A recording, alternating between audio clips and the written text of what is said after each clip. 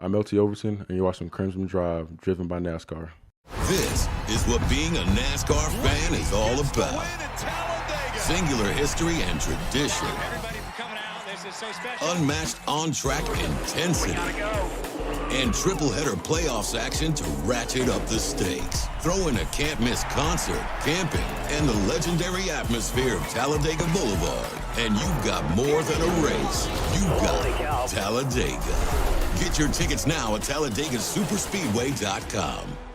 Roll Tide and welcome to this Thursday edition of Crimson Drive, driven by NASCAR. This is Roger Hoover. Great to be with you on this Thursday afternoon as we get ready for Crimson Tide football on Saturday between the Tide and the Wisconsin Badgers. We'll go through everything coming up on the show, plus our headlines thanks to RJ Young. RJ Young is the official technology solutions provider of Crimson Drive. Let's see, first of all, what's coming up on the show this afternoon. We start by visiting with Crimson Tide defensive lineman LT Overton. What a difference a year has made for LT. Once again, off to a great start for Alabama in this 2025 season. Then we'll be joined by a defensive lineman from many years ago, 1975, Leroy Cook, who was an All-American for the Crimson Tide. He's one of our honorary captains this week, and he'll tell us about stories from Coach Bryant to a great win against Tennessee and being the 1975 SEC champions. Then Hunter DeSiver will join us from BamaCentral to give us a breakdown on everything he's seen from Alabama, not just in the ULM game, but just in the response since then this week at practice. A great preview of the Wisconsin game with Hunter. And then we'll close out the show as we always do on Thursdays with head coach DeBoer giving his final word of the night, presented by McCurry Van and Car Rental. That was last night at Baumhauer's Victory Grill for Hey Coach and the DeBoer Show.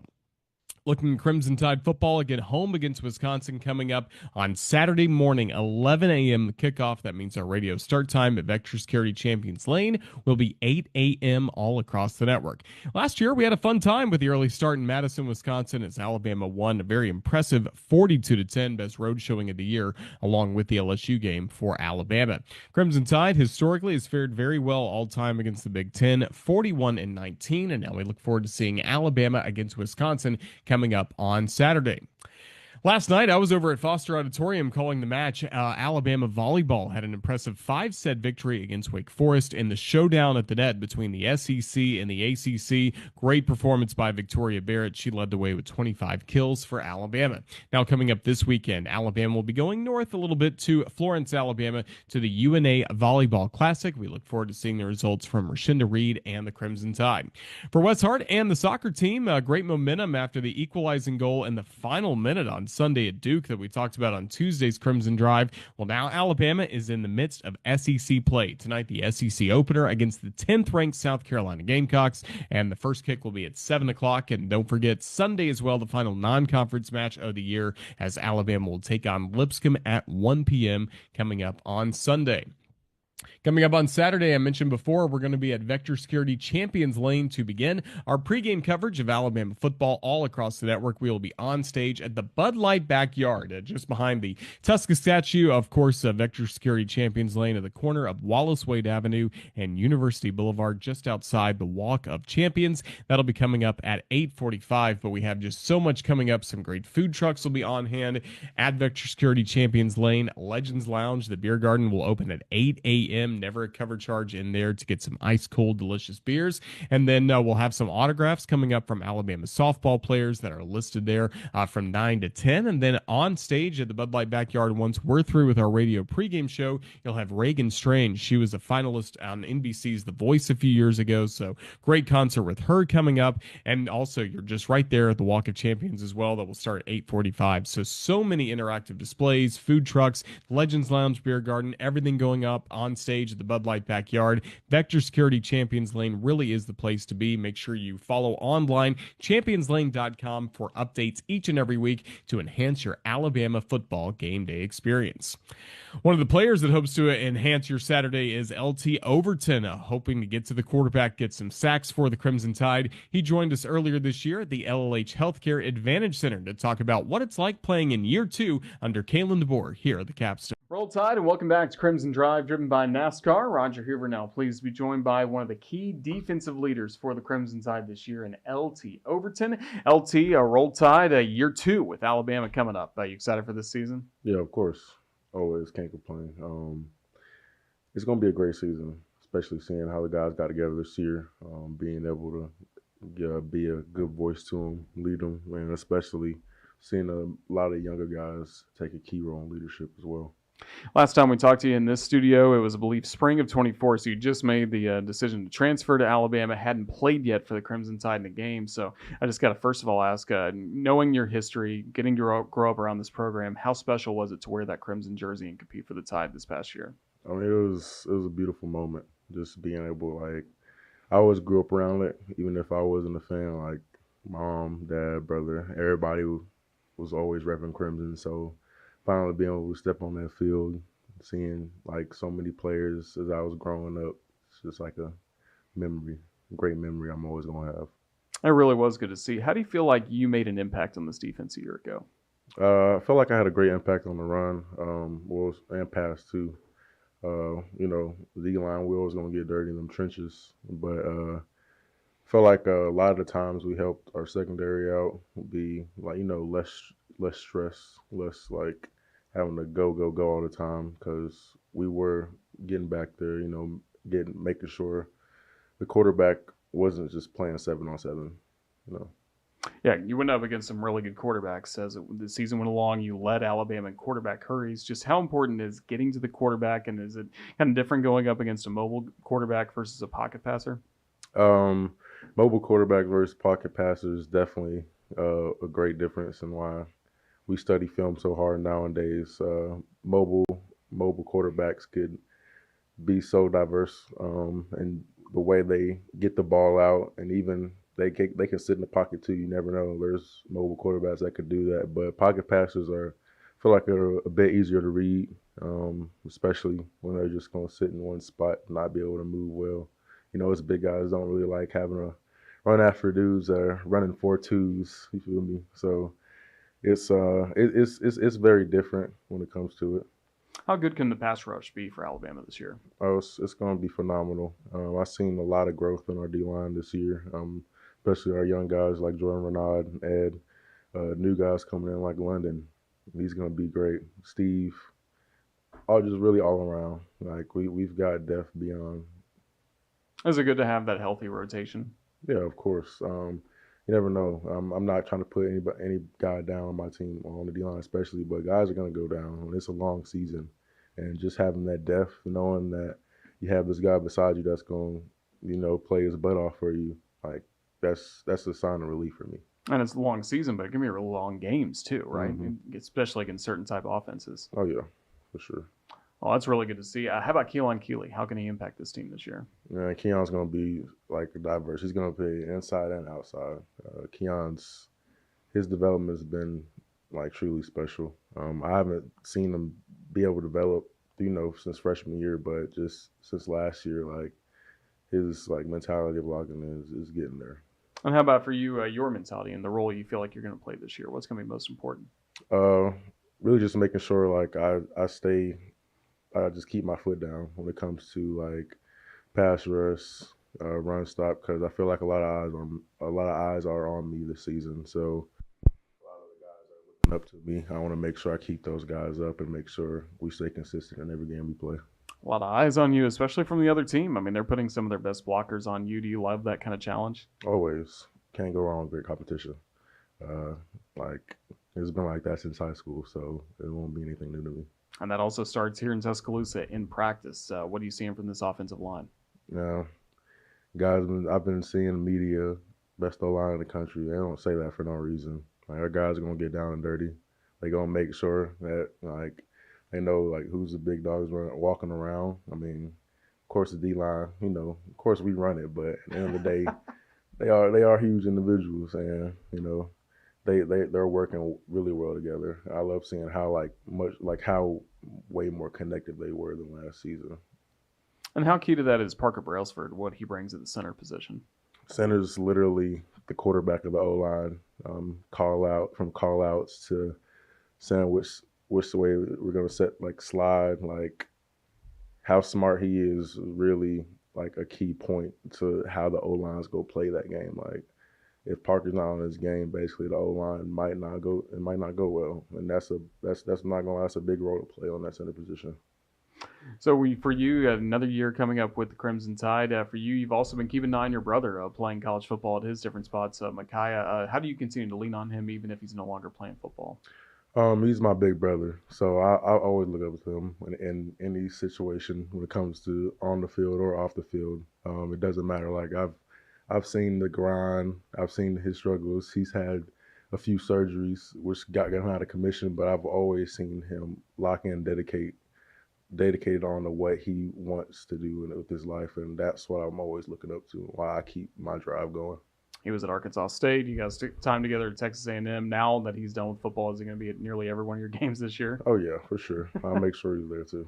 Yeah, and the family, just how connected are they? Obviously, your dad has his responsibilities with Kennesaw State, but how connected do they stay with you during the season?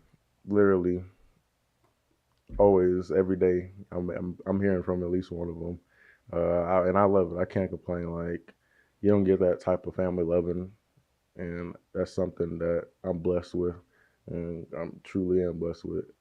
So, like, the way my mom comes at me, the way my dad comes at me, even my brother, like, it's all different type of love. But at the end of the day, I know it's for a good purpose. It really is. And again, you grew up around Crimson Tide football. You got to see what the fan base was like then. How about now as one of these players? How did you see the fans first celebrate you when you decided to transfer to Alabama, then support you on game days? And it's not even about the game days at this point. Like, fans are always going to go crazy on game days, but I look at the little things. And when I walk around on campus, it's always a nice greeting. Like, students, even like the older generation, they're not doing too much. Like, they're always greeting me. They're making me feel like I'm a normal human, and I feel like that's what a lot of football players are looking towards, and that's what you get here at Alabama. You're part of a family when you come here. How connected is this team away from the field, away from the Malmore complex? Oh, real connected. I mean, I hang out with defensive guys, offensive guys, even special team. Like, compared to last year, new head coach coming in, everybody's making that smooth transition, but one of the main, other than consistency, one of the main goals is how connected are we going to be? Because at the end of the day, it is going to be a long season, and it is going to be a long year. We're playing all the way until next year. So how good are we going to keep that bond throughout the whole year? Have you been to some of the cookouts at Tim Keenan's house? Mm-hmm. Pretty yes, good sir. cook. I mean, Yeah. he talked a big game when he was in here, but can you back it up? He's backing. I can for sure back that up. I've taken a few plates out myself. That's certainly good. Well, LT, we love watching you play for the Crimson Tide. Just thank you for the time you give us today. Roll Tide. Roll Tide. This is what being a NASCAR fan is all about. Singular history and tradition, and triple header playoffs action to ratchet up the stakes. Get your tickets now at TalladegaSuperspeedway.com. We appreciate the time of LT Overton. Good luck to him coming up on Saturday, and hopefully he and his teammates have a day like we saw Leroy Cook have back in 1975 against Tennessee when the Crimson Tide had 12 sacks in that ball game against Tennessee quarterback Randy Wallace. Cook joins us to talk about not only that game, but just his overall experience being recruited by Alabama and everything that playing for the Crimson Tide has meant to him in his life. Here is our conversation with Leroy Cook, one of our Alabama legends for this week. Mr. Cook, it's great to talk to you. How are you, and are you excited to get back to Tuscaloosa this weekend? Yeah, it's going to be a great event. Always good to get back up there and see the former playmates and all that. So it's a good time to go back up to T-Town. We're certainly excited to see you and, again, so many of your teammates. And let's go all the way back. Tell us, first of all, where you're from in your high school football playing days and how eventually you got to Alabama. Well, I grew up in Abbeville, Alabama, a little small town, country town on the eastern side, right above Dothan. And we were back then a 2A level ranking. And Pat Dye recruited me along with my coach, Tennessee. And Pat would come down. He was recruiting Ronnie Joe Barnes at the time, who was a year older than me. So he was kind of doing 2 into 1 visit. So it was just great that we got to. Pat was just such a great guy that you could relate to. And I knew when I went up to Alabama for a pregame or the games be played, it was, I think, against Houston. And my mom and dad were up there, and we're real country folks, so we didn't know how to mingle with the rich people or the other people that was hanging around the A club at that time. And Coach Bryant came over to our booth and he put his hand on my right shoulder. And it just kind of, as he was talking to my parents, it was like he could relate to their countryside of life. And chill bumps kind of went up my spine, and then the hair kind of roused up on my neck. And I told Mom and Dad after Coach Bryant walked away, I said, if he can motivate me or have this effect on me just by coming over and talking to you and me, and I knew he was going to be my coach. So that night, we went out, and my chaperone was Steve Bisceglia. He was a fullback, I believe, and a senior. And he told me one of the things you want to ask Coach Bryant is to make sure he's going to be here your whole time, the 4 years, because that time he was kind of thinking of going to coaching pro ball.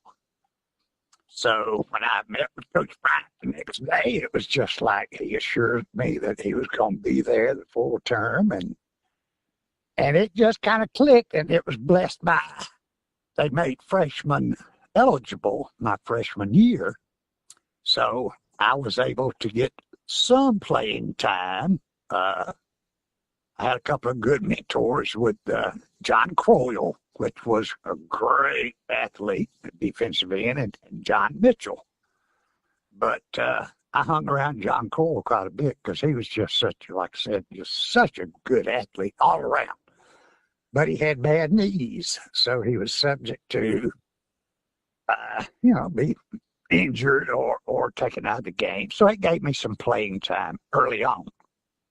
And I think there was about 5 or 6 of us freshmen that lettered or played enough to be part of the team, which was great, Certainly a great start to your Alabama days. You mentioned being recruited by Coach Dye and then obviously getting to meet Coach Bryant. I think a lot of Alabama fans may not know as much about some of your position coaches. What can you tell us about Dude Hennessy as well as getting to play for Ken Donahue? Oh, Coach Hennessy was my buddy. He was a great little guy, and he could inspire me to push me. I got better by him encouraging me, and it was always a positive thing with it because he was such a little guy. He was part of the Tiny Giants at Kentucky under Coach Bryant, and all the defensive ends at that time. Like I said, John Croyle, Mitchell, everybody was 6'3", 6'4". We stood up and towered over him because he was just a little old bitty guy. And we went up to him one day.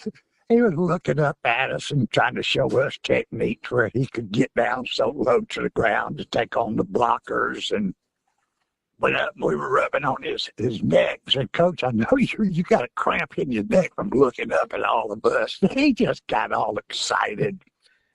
But he was one of those guys. He was the loudest coaches. I mean, you could hear him on the field hollering. I mean, he was just telling you, just a great inspiration on what you were doing wrong, how to line up, so forth, so on. But you could hear him above everybody else, even the crowd, cheering you on or telling you, what's coming on the play. So he was just a big influence in my life. And Coach Dye, like I said, there was nobody better to me for what he was able to tell us about what college life was going to be like. And that was also a big bonus play.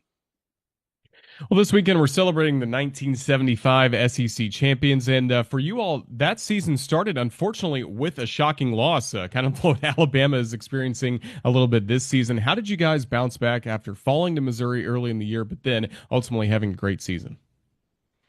Well, the bad thing about the Missouri game is that our coaching staff kind of thought they were going to run a different formation. So we had Coach Donahue was a great defensive coordinator, and a workaholic, but he put us in a particular defense that we had never run. We practiced it, but we never ran it. And the first half of the game, it was like Missouri knew exactly what play to run to offset the gap shooting that we were doing on defense. And unfortunately for us, they just ran the ball. I think it was Tony Galbraith was the running back. They just ran the ball in the gaps that we were shooting, so they picked up yardage and they scored, and they kept scoring. It jumped out to like 20-0 at halftime. And our offense just unfortunately could not get something going. With too many turnovers first game. Too many turnovers, and finally wound up being 20-7. But after that, it was like the players kind of got together and said, "Hey, this ain't our style of play." And things changed, and we just got better and better as the season went along.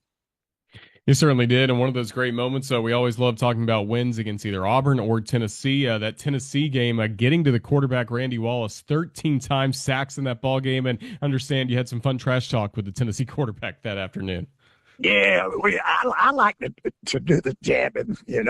When you get out there having fun, you want to talk a little bit. And of course, the officials, they right on top of you, trying to tell you to calm it down and don't be saying this. And then by the time you get a little action going, they go over and tell Coach Bryant about what you're doing out there, and he'll kind of give you a little reprimand when you get over to the side. Keep it up, but keep your mouth shut. So it was just a great. We were prepared that game, and when, like I said, Coach Donahue was just awesome in getting us ready on the defense, and it was just our night. Some teams, everybody clicks, and it was a team effort, and sometimes individuals stand out with playmakers, so they put you in the right position, put you in the right play to be successful. And I was just blessed enough to get in there and get with them. They in 70, after the Sugar Bowl in 73, that spring, Coach Hennessy came up to me and said, "Coach Donahue wants to have a meeting with you." And I was like, "Oh, hell, what's fixing to go on?"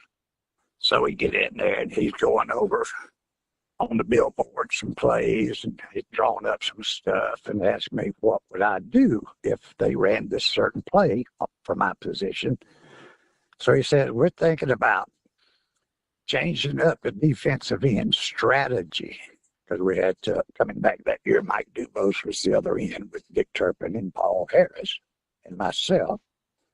But they were going to take the defensive end, instead of being a lineman, they were going to have him drop back behind the defensive tackle and be able to actually be a linebacker.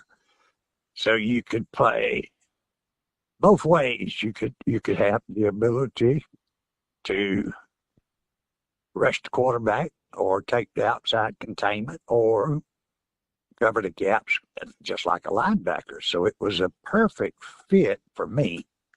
And it was just one of those things I blossomed with my speed and strength, so that I could take on the guys and cover the gaps and be all over the field pretty much. Certainly did a good job being named an All-American in 1975. Just when you look back to your Alabama football playing career, what are you most proud of? I think the best part was the 74 team.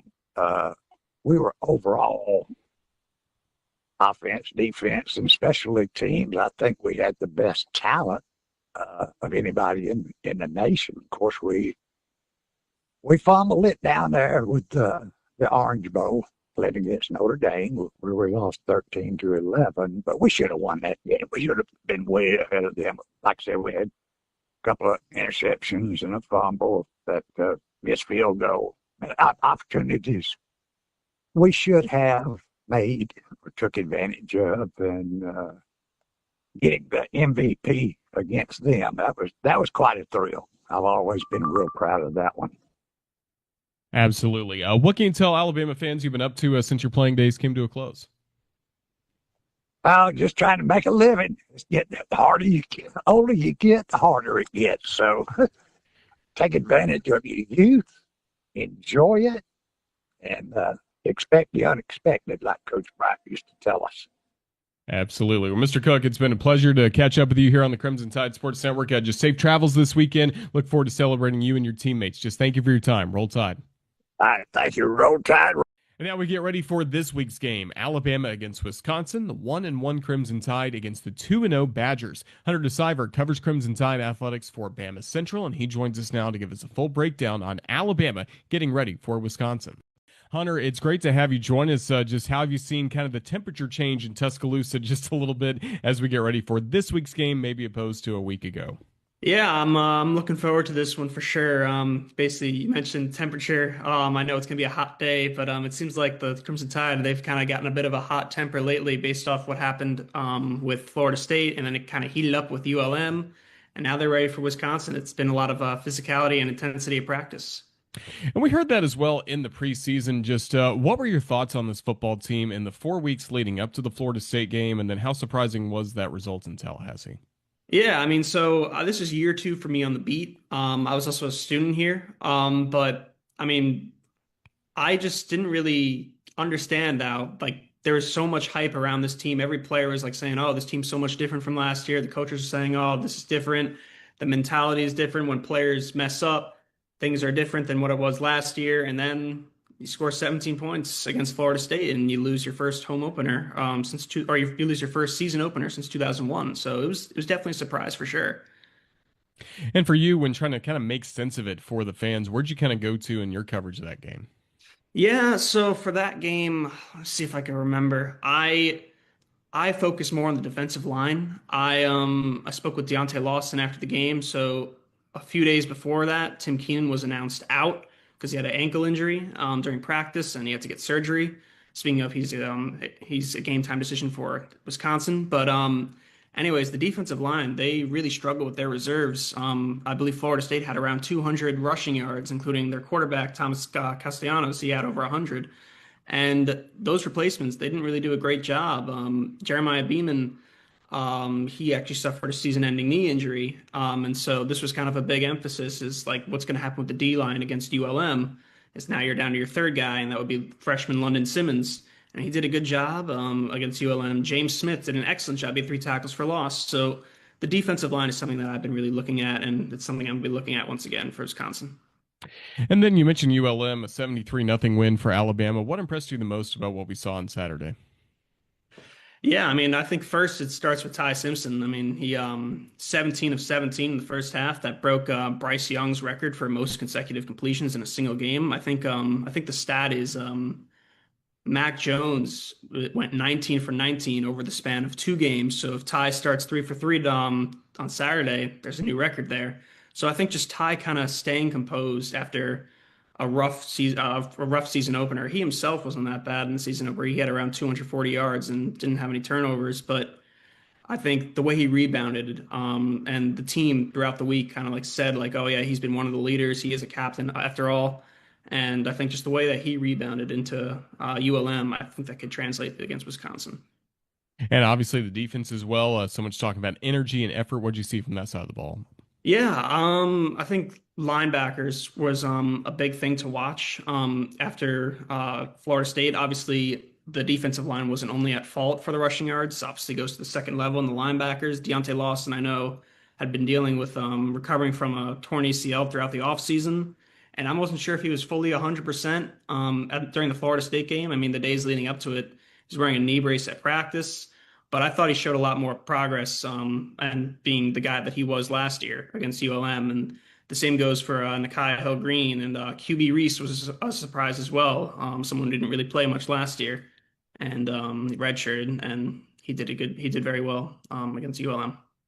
So looking forward to Alabama against Wisconsin on Saturday. A lot of the news has revolved around Ryan Williams and the fact that Kalen DeBoer has said he should be good to go for this week. What does it mean to this Alabama offense to have him back in the fold? Yeah, so actually, I wrote a story yesterday on is this game Ryan Williams' time to shine? Because week 1 against Florida State, he obviously got a concussion in the fourth quarter, but leading up to that, he only had 30 receiving yards. And in the final like several games of last season. He wasn't really a big factor either, but against Wisconsin last year he was. So hopefully he translates that and he kind of gets back to where he was. I mean, he's considered a preseason All-American first team member. It's only him and Jeremiah Smith of Ohio State that are the receivers on there.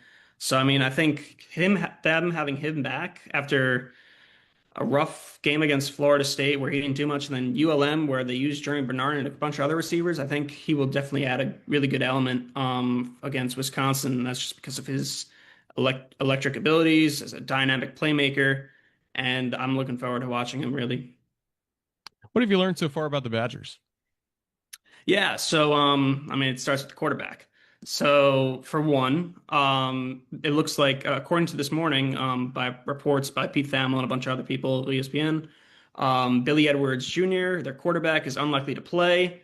He'll travel with the team and he plans to warm up, but he faces long odds to play this week. He did sprain his knee against Miami, Ohio in the season opener. He's considered week to week. So Danny O'Neill, he replaced him in the season opener. He did all right. He was 12 of 19 for 120 yards and a touchdown and a pick. But then last week he was the starter against Middle Tennessee and he was 23 of 27, so that's 85.2% with 3 touchdowns and just 1 pick over Middle Tennessee State, and they won 42-10. O'Neill was a starter last year for San Diego State, but he transferred. He had okay stats. He had over 2,000 yards, 63% completion percentage, 12 touchdowns and 6 picks. But San Diego State, they finished 3-9. But as of right now, he's technically 2-0 if you want to count him for getting a win in week 1. So he's definitely someone that I'm looking at. And if we're going to stay on offense here for, I guess, his pass catchers, I'm going to look at tight end Lance Mason. He had 7 receptions for over 100 yards and a touchdown last week. I mean, something that's kind of been a struggle for Alabama that I've noticed not only this season but last year as well in some losses is when an opponent dumps it off to a tight end or someone for a short gain that they expect to be a short gain, things kind of go off the rails and it goes for a longer gain. And that's really something I'm going to be watching this game is if Alabama could stop on these dump off passes. I mean, you got a quarterback that's not super experienced with this team and you got a tight end who also transferred and he shined last week. So something I'm looking at for sure is just the tight end quarterback dilemma. And can Alabama cut off the tight end before he breaks off for a big game? So it's week 3 of the football season, and really before Nate Oates arrived, we never talked about basketball this time of the year, but you, of course, cover Bama basketball for BamaCentral, and there's just so much news that comes out every offseason. It seems like Nate Oates continues building these rosters that are contenders in the SEC year after year. Just what do you make of the offseason that he's had building this roster for this season? Yeah, it's exciting. You got, I think, about 14 guys, and 5 of them are returners, and one of which we didn't think would return. And LeBaron Philon, he kind of very last hour of the deadline day of NBA draft deadline day of submitting your papers, he decided to come back. And in the weeks leading up to that, you got analysts giving up their way too early rankings and the bracketology as well. And Alabama wasn't really featured in it. And I mean, they were, but they were kind of a lower seed, something that they were when Oates was in his first year, and they've obviously had a massive climb over the years. But then when LeBaron came back, all those things changed. Now they're considered one of the top teams in the SEC, not the top team, but they're definitely in that upper tier. Same with kind of those early March Madness brackets, and it makes sense. I mean, they got a good roster around them. Nate Oates has said that I want to say it was his golf tournament in the off season, early in the off season. I want to say around April or May. He said that he thinks that this is the best shooting team that he's ever had. And Oates, obviously, I'm not going to say that he necessarily lives and dies by the 3, but his teams definitely do a very fast pace and shoot a bunch of 3s, but they also drive inside as well. And they have a couple guys like LeBaron Philon and Houston Millett is a big shooter, and Latrell Wright still being back. But in general, it seems like there's a lot of versatility here, and that's exciting to see for a Nate Oates team. And last year, speaking of LeBaron Philon, you had a great deep dive getting to learn more about LeBaron Philon. What did you enjoy most learning in the process of reporting that story? Yeah, I mean, I knew right away that like this would do very well. I had never written like a big feature before, but just talking to LeBaron, and then I spoke with his mother. We spoke on the phone for a little over 30 minutes, gave amazing answers. And right then and there, I was like, this is gonna be awesome. But one thing I remember asking Oates. It's just about LeBaron's progress over like throughout the season. This was like in the middle of the season, obviously, it was right around SEC play starting. And this is actually a question I'm going to be asking him whenever our first press conference is something that he mentioned was that they considered redshirting LeBaron in the summer, and then he arrived, and then everything kind of changed. So my plan is for the first press conference for this year is to ask if there's a newcomer that kind of has that same status that you thought was going to redshirt, and now he could be a big time player. So just learning stuff like that about LeBaron is awesome. That's certainly good. Yeah, fans can check it out still at the top of your Twitter profile right now. Well, Hunter, appreciate all the time you've given us here on the Crimson Tide Sports Network. We look forward to seeing your coverage not just on Saturday, but all throughout the season. Just thank you again for your time. Appreciate it. Thank you. Hey, my name is Jan Miller, here with Crimson Drive, driven by NASCAR. This is what being a NASCAR fan is all about. Singular history and tradition, and triple header playoffs action to ratchet up the stakes. Get your tickets now at TalladegaSuperspeedway.com. Appreciate the time of Hunter and everybody that will be in attendance coming up covering the game Alabama against Wisconsin on Saturday. Time to take a look at our upcoming schedule, see what's coming up across the network as we get ready for week 3 of Alabama football. It'll be an early start time, 8 a.m. Again, we'll be on stage at the Bud Light Backyard at Vector Security Champions Lane to begin our radio coverage and then kick off at 11 a.m. Listen to the ball game, full radio network, Varsity Network app, as well as watch the Booth Cam presented by Regions Bank, streaming on all of our social media platforms at UA_CTSN. Then once the game is over, Chris Stewart will talk about it with the head coach of the Crimson Tide, Kalen DeBoer, for his television show that'll debut on Sunday to our TV affiliates across the state and then on demand at RollTide.com. Then Monday night, we'll talk about it with Tyler Watts, Crimson Tide Rewind from Baumhower's in Vestavia Hills. Look forward to breaking down hopefully a win for the Crimson Tide and talk about what's next for Alabama football going into the bye week. One programming note as well, we will only have one edition of Crimson Drive driven by NASCAR coming up next week. That'll be on Thursday at 2 o'clock, so no Tuesday show coming up next week during Alabama's bye week, but make sure you're following us at UA_CTSN for the very latest on Alabama football. That's going to wrap up this busy edition of Crimson Drive, driven by NASCAR. Huge thank you to our guest, LT Overton, Leroy Cook, as well as Hunter Siver from BamaCentral. Thank you to our video producer, Ethan Carabin, for putting this entire show together. Now, as we close out Crimson Drive, driven by NASCAR, we have to go back to last night, Baumhower's Victory Grill in Tuscaloosa. Chris Stewart and Zabian Brown saying goodbye with the head coach of the Crimson Tide, Kalen DeBoer, for his final word of the night, presented by McCurry Van and Car Rental. That's going to wrap up this edition of Crimson Drive, driven by NASCAR. Roll Tide, everyone. Have a final word for us, Coach, as we go into the game with Wisconsin. Yeah, we're just got to keep taking the next steps. Physically, we took a step. We got to do that again. And Bryant Denny Stadium, we love that place, and there's just something special when we step on the field there. Appreciate the fans, as I said earlier, for making it that way, and we need that this weekend. And so looking forward to another challenge and us taking the next steps in that direction. His final word from Coach DeBoer, presented by McMurray Van and Car Rental. Coach, we appreciate you and Zabian Brown so much and look forward to seeing the Tide roll again this weekend. Thank you so much. Thank you. Zabian Brown and Coach Kalen DeBoer with us here live from Baumhower's Victory Grill.